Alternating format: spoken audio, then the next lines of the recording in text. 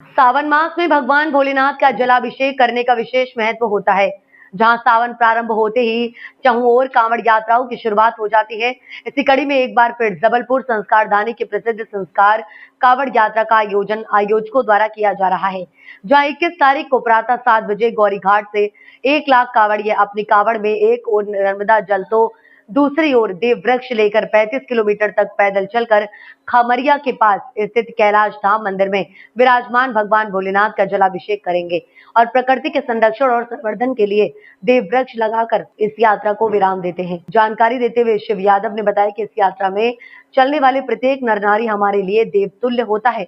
जब तक उसके कंधे से कांवड़ होगी और वह यात्रा में चल रहा है, तब तक हम सभी के लिए वे स्त्री पुरुष हमारे लिए भगवान स्वरूप होते हैं।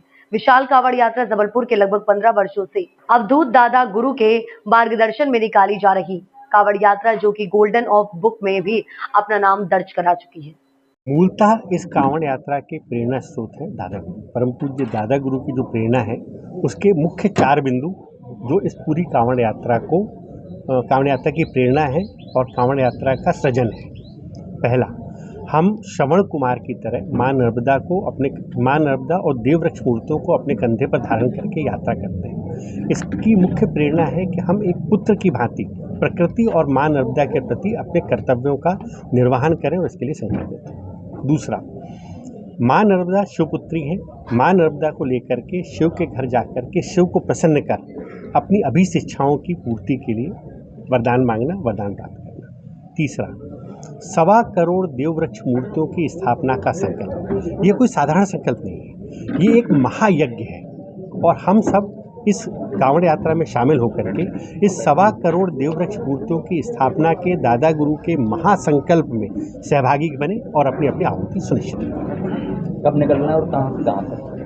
हर प्रतिवर्ष की भांति इस वर्ष भी सावन माह के द्वितीय सोमवार यानी 21 जुलाई सुबह 7 बजे मां नर्मदा के तट ग्वारी घाट से प्रारंभ होकर के शहर के विभिन्न मार्ग रामपुर, शास्त्री ब्रिज, श्याम टॉकी, सराफा, बेलबाग, घमापुर, सतपुला, रांझी, खमरिया होते हुए मटामर कैलाश धाम मंदिर में संपन्न। जी, और कोई सवाल? क्या लगता है इस बार गोल्डन में नाम जाने की संभावना है कि 1 लाख कांवड़िए जब साथ चलेंगे?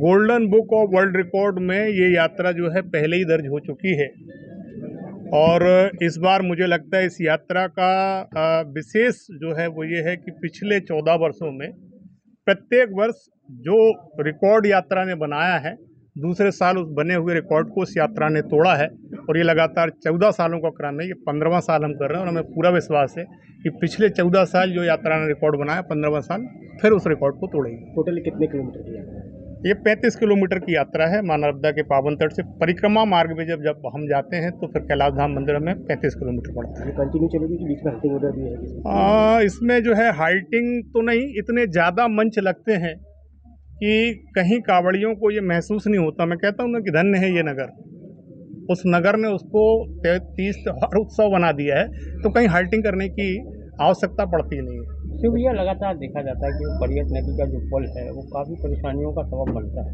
तो इस बार क्या व्यवस्थाएं आपकी रहेंगी? आपने अगर मेरे ख्याल से अब गए नहीं होंगे, आप जाके देखोगे तो एक बड़ा ब्रिज वहाँ बन गया है और बड़ा ब्रिज चालू भी हो गया। तो अब वो परियट वाला पुल अगर ओवरफ्लो भी हो जाएगा तो उससे फ़र्क नहीं पड़ेगा, क्योंकि बहुत बड़ा ब्रिज वहाँ पे बन के तैयार हो गया और यातायात भी चालू हो गया है, तब कोई समस्या नहीं है।